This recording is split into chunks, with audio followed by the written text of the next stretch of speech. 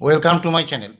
আজকের ভিডিওতে ক্লাস 4-এর রায়মার্টিন প্রশ্নবিচিত্রা 2024 সালের এটা নতুন প্রশ্নবিচিত্রা। তো আজকে ক্লাস 4-এর সেকেন্ড ইউনিট টেস্টের দ্বিতীয় পর্যায়ের অঙ্কর প্রশ্নপত্র সমাধান করব। তো আগে দেখবে অনেক সমাধান করে দেওয়া হয়েছে, তো আজকে একটা সমাধান করে দেব। আগের সমাধানগুলো যদি না দেখে থাকো আমি ডিসক্রিপশন বক্সে লিঙ্ক দিয়ে দেবো, প্লেলিস্ট থেকে দেখে নিও। তো আজকে 10 নম্বর মডেল পেপারটা সমাধান করব। এখানে বলেছে দেখো, নিচের প্রশ্নগুলির উত্তর দাও। সমান 5/2 ভাগকে অঙ্কের ভাষায় লেখো। 5 ভাগের যত ভাগের বলবে সেইটা ভগ্নাংশের হরে লিখবে। তাহলে 5 ভাগের বলেছে, তাহলে 5টা হরে লিখব। 5/2 ভাগ মানে 2টা ওপরে লিখব, তাহলে লবে লিখব 2, আর মোট যত ভাগের বলবে সেটা হরে লিখব, তাহলে 2/5। এবার বলেছে 1/2 ভগ্নাংশটি কথায় বা ভাষায় লেখো। দেখো, হরে আছে 2, তাহলে সমান 2 ভাগের 1 ভাগ, তাহলে হরে যেটা থাকবে তত ভাগের, তাহলে সমান 2 ভাগের 1 ভাগ। 2 ভাগের 1 ভাগকে 1/2 লেখা হয়। এবার বলেছে দেখো, গ্রেটার দেন বা লেস দেন চিহ্ন বসাও।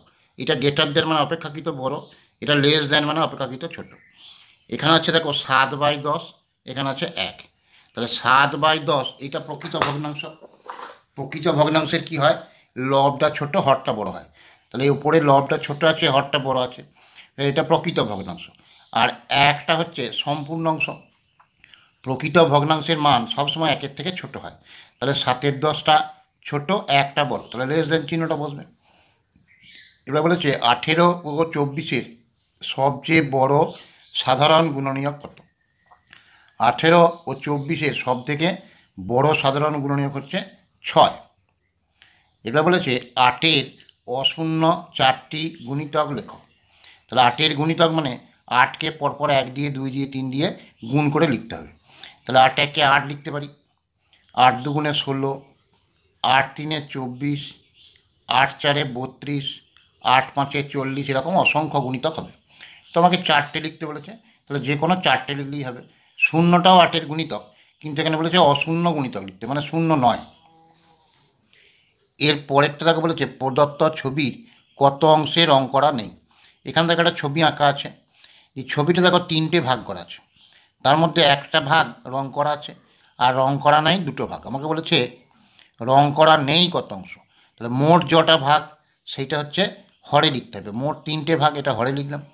আর রং করা নেই কটা ভাগ, 2টো ভাগ, তাহলে 2/3 অংশ। তাহলে এই 2টাকে যত ভাগ রং করা নেই সেইটা লবে লিখলাম, আর মোট যতগুলো ভাগ সেটা হরে লিখলাম। এর পরের প্রশ্নটা বলেছে দেখো, সঠিক উত্তরটি বেছে লেখো। দৈর্ঘ্য পরিমাপের মূল একক। দেখো, গ্রাম দিয়ে ভর মাপা হয়, মিটার দিয়ে দৈর্ঘ্য মাপা হয়, আর লিটার দিয়ে আয়তন মাপা হয়। তাহলে দৈর্ঘ্য পরিমাপের মূল একক হচ্ছে মিটার। 1 সেন্টিমিটার মানে বলেছে 10 মিটার, 10 লিটার, 10 মিলিমিটার। 1 সেন্টিমিটারে কি হয়, 10 মিলিমিটার, বা 10 মিলিমিটার মানে 1 সেন্টিমিটার। এর পরের প্রশ্নটা বলেছে দেখো, কোনটি ঠিক। দেখো, এখানে আছে 2/5 যুক্ত 5/5, হর দুটো একই আছে, তাহলে লসাগু 5ই হবে। আর ওপরে 2 আর 5 আছে, যেহেতু লবগুলো একই তাহলে ওপরে হরগুলো একই, তাহলে লবগুলো যোগ হয়ে যাবে, 5 আর 2 7/5 হতো, কিন্তু এখানে 1 লেখা আছে, তাহলে এটা হবে না। একইভাবে এটাও দেখো, হরেতে হবে লসাগু 5, আর ওপরে 2 আর 2 4, তাহলে 4/5 হবে, কিন্তু এখানে 1 লেখা আছে, এটা হবে না।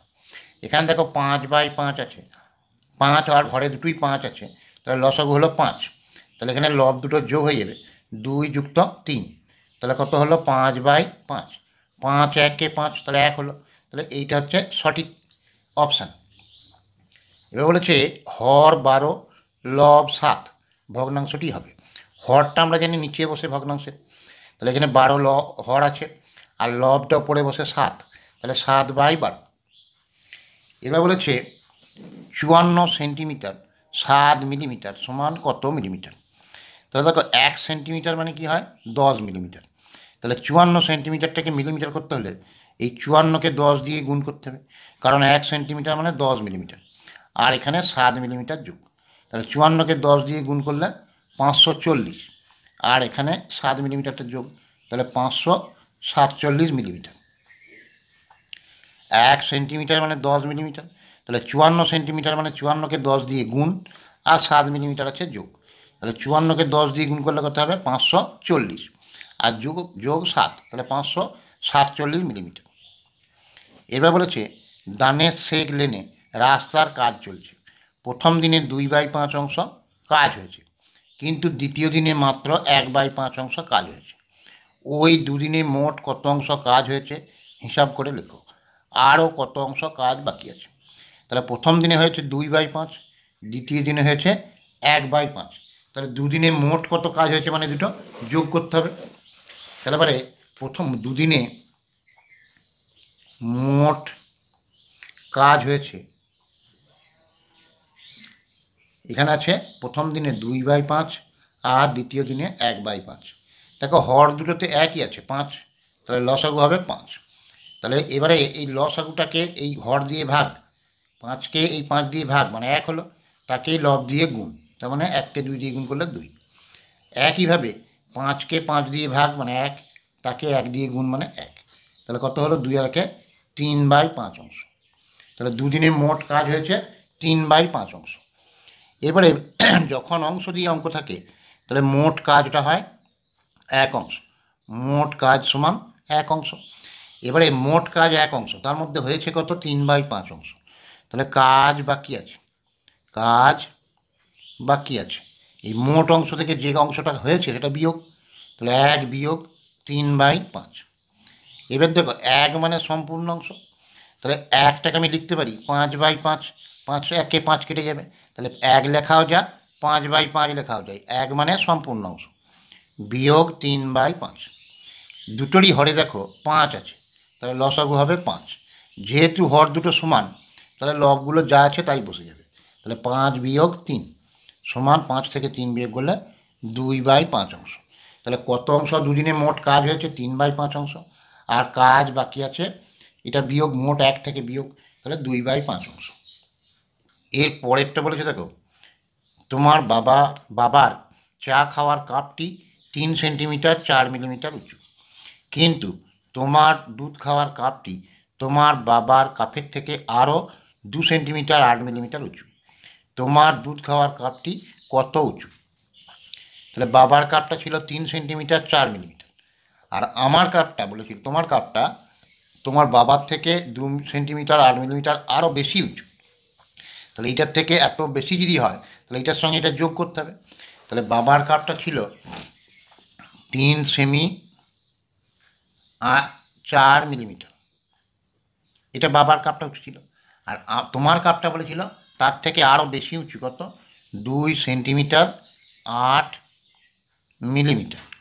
তাহলে আরও বেশি উঁচু মানে এই দুটো যোগ করতে হবে। তাহলে 8 আর 4 কত হলো, যোগ করলে 12 এত মিলিমিটার। আর এখানে 2 আর 3 5 সেন্টিমিটার। এটা আমার কাপটি উঁচু। এবার দেখো এখানে 5 সেন্টিমিটার আর 12 মিলিমিটার, 10 মিলিমিটার 1 সেন্টিমিটার হয়, তাহলে 12টাকে আমি এরকম লিখতে পারি 10 যুক্ত 2 মিলিমিটার। এবার দেখো এখানে 5 সেন্টিমিটার ছিল আর এখানে 10 মিলিমিটার মানে 1 মিলিমিটার 1 সেন্টিমিটার, 10 মিলিমিটার মানে 1 সেন্টিমিটার, তাহলে 10 মিলিমিটারের জন্য 1 সেন্টিমিটার লিখলাম। তাহলে এখানে 5 সেন্টিমিটার, এখান থেকে এলো 1 সেন্টিমিটার, তাহলে 6 সেন্টিমিটার আর এখানে 2 মিলিমিটার। তাহলে এইটা আমার কাপটা উঁচু কত, যে 6 সেন্টিমিটার 2 মিলিমিটার। এখানে 12 মিলিমিটার হয়েছে, 12 মানে আমি লিখতে পারি 10 যুক্ত 2, 10 মিলিমিটারে কী হয় 1 সেন্টিমিটার। এখানে 5 সেন্টিমিটার ছিল আর এখান থেকে 1 সেন্টিমিটার এলো, তাহলে 6 সেন্টিমিটার আর এখানে 2 মিলিমিটারটা পড়ে থাকবে, তাহলে এটাই অ্যান্সার। তো আজকের ভিডিওতে দেখো এই পর্যন্ত সমস্ত অঙ্কগুলো হয়ে গেল। তো আগের ভিডিওগুলো যদি না দেখে থাকো আমি ডেসক্রিপশন বক্সের লিঙ্ক দিয়ে দেবো, প্লেলিস্ট থেকে দেখে নেবে। যদি ভিডিও ভালো লেগে থাকে লাইক করো, শেয়ার করো, সাবস্ক্রাইব করো।